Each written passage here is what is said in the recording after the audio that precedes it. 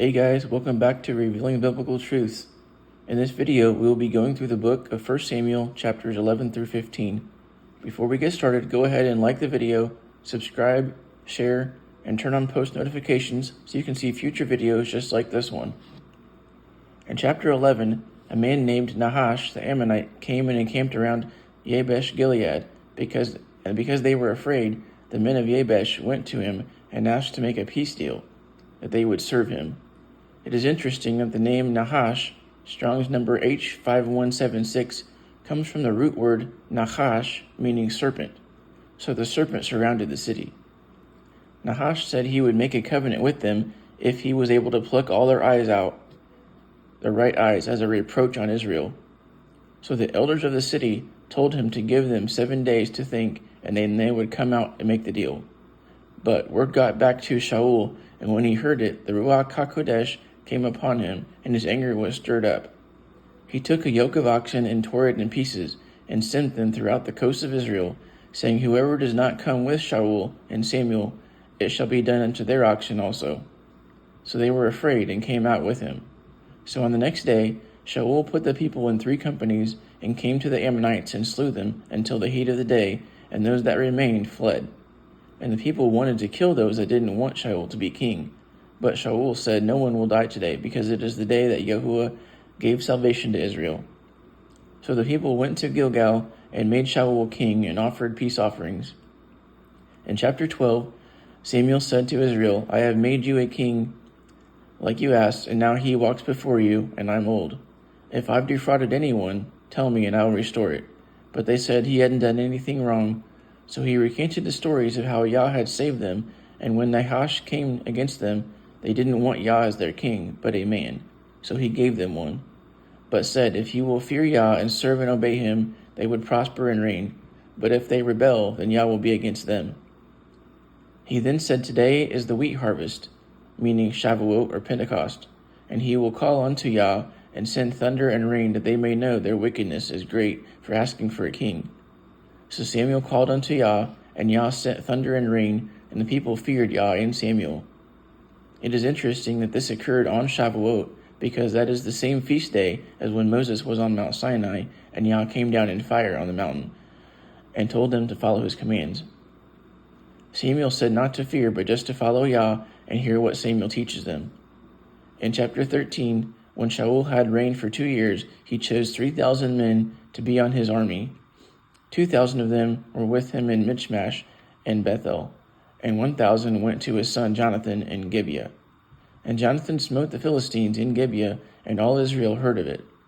So the Philistines gathered to fight 30,000 chariots, 6,000 horsemen, and people like the sand of the sea to Michmash. And when Israel saw they were outnumbered, they hid in caves and rocks and pits. And some of them even went over the Jordan to Gad. Shaul waited for 7 days, just like Samuel had appointed for him, but he didn't come, and the people scattered. Shaul asked for a burnt offering and peace offerings, and as soon as he finished, Samuel came out, but said, What have you done? And Shaul said, The people were afraid, and you didn't come, so I offered an offering, thinking that I hadn't made supplication to Yah. But Samuel told him he was foolish, and his kingdom would now not continue, and would be given to someone else of Yah's own heart. So there was no blacksmith in all of Israel, and the Philistines knew they couldn't make swords or axes, so they went down to the Philistines to sharpen them. But that left the people with no weapons except for Shaul and Jonathan. So the Philistines went to Michmash.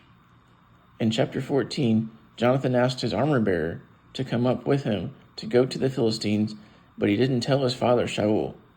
And Shaul was in Gibeah with about 600 men, and Nahiah, the grandson of Eli the priest, was there wearing his ephod. But no one knew where Jonathan went. Jonathan told his armor-bearer, Let's go slay these Philistines, and that Yah will work for us. So he said, Okay. So Jonathan said, We will reveal ourselves to them, and if they say, Come tarry with us, then we will not go with them. But if they say, Come up to us, we will go up, because this will be a sign from Yah. And they revealed themselves to the Philistines, and they said, Come up to us, and we will show you something. So they climbed up there, and then killed the Philistines, about 20 men. And the Philistines were afraid, and there was a great earthquake. And the watchmen of Shaul saw the multitude was fading away. And Shaul said to Ahiah the priest to bring the ark of the covenant. And while Shaul was talking to the priest, the Philistines turned on each other, and some even turned to be with Israel. And Yah saved Israel that day. But Shaul told the people that they would be cursed if any man had ate food until evening, so he could be avenged. So everyone was stressed out and didn't eat anything. And they came into the woods, and there was a honey on the ground. But Jonathan didn't hear Shaul say not to eat anything, so he dipped his staff in a honeycomb and ate it, and he was energized.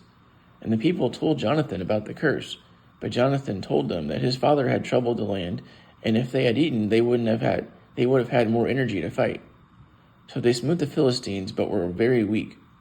So they took some of the sheep and oxen and calves and killed them and ate them, including them with the blood. But the word got back to Shaul that they had eaten blood, which is against the Torah of Yah. And Shaul said to bring their ox and sheep and eat here, but with no blood. So they did. And Shaul built an altar to Yah. And Shaul said, let's go down in the middle of the night to fight the Philistines until daybreak. And they said, okay. And Shaul asked Yah, shall I go down after them? But he didn't answer him that day. So he asked everyone to gather and find out what sin had been committed, that Yah would not answer him. And he told the people to choose a side, either between him and Jonathan or not.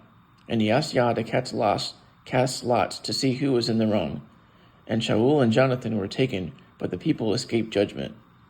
And he said, cast lots between me and Jonathan was taken. So Jonathan told him he ate the honey, and Shaul said he must then die. But the people didn't want Jonathan to die, as they looked up to him for the battle, so they rescued him. Then Shaul took the kingdom and fought on every side against the Moab, Ammon, Edom, and the Philistines. And he gathered a host against the Amalekites and delivered Israel from them. It goes on to list the names of Shaul's family. In chapter 15, Samuel told Shaul to go smite Amalek and utterly destroy all they have, including the women, the children, and the animals. So Shaul gathered 200,000 footmen and 10,000 men of Judah and came to Amalek and waited in the valley. Now why were the Amalekites so bad? They had come against Moses, and also they were Nephilim and had done very evil things. And Shaul smote the Amalekites, but took Agag their king alive, along with the best sheep, oxen, lambs, and didn't destroy them. But Yah came to Samuel and told him Shaul had not followed his commands, and he regrets making him king. So Samuel rose early to meet him, and Shaul said he had performed the command of Yah. But Samuel told him, didn't Yah say to utterly destroy them? Why didn't you obey his voice? But Shaul said he kept the best sheep and oxen to offer sacrifice. And Samuel said, does Yah delight in burnt offerings and sacrifices? He said to obey is better than to sacrifice, and to listen better than the fat of rams. And rebellion is like witchcraft. And because he rejected the word of Yah, Yah has rejected him from being king.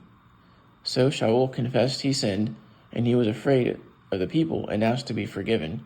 But Samuel went to leave, and in doing so, his skirt tore open. And Samuel said to Shaul, Yah has rent the kingdom of Israel from you this day. So Shaul said, please come with me, that I may worship Yah. And so Samuel turned to him, and Shaul worshipped Yah that day. Then Samuel said to bring him Agag the king. And when Agag came, Samuel said, just like your sword has made women childless, so shall your mother be childless. And then Samuel slew Agag into pieces. And Samuel went back to Ramah, and Shaul went to his house in Gibeah. And Samuel never went back to see Shaul the rest of his life, even though he did mourn for him. And that ends this video. Thanks for watching, and until next time, Shalom.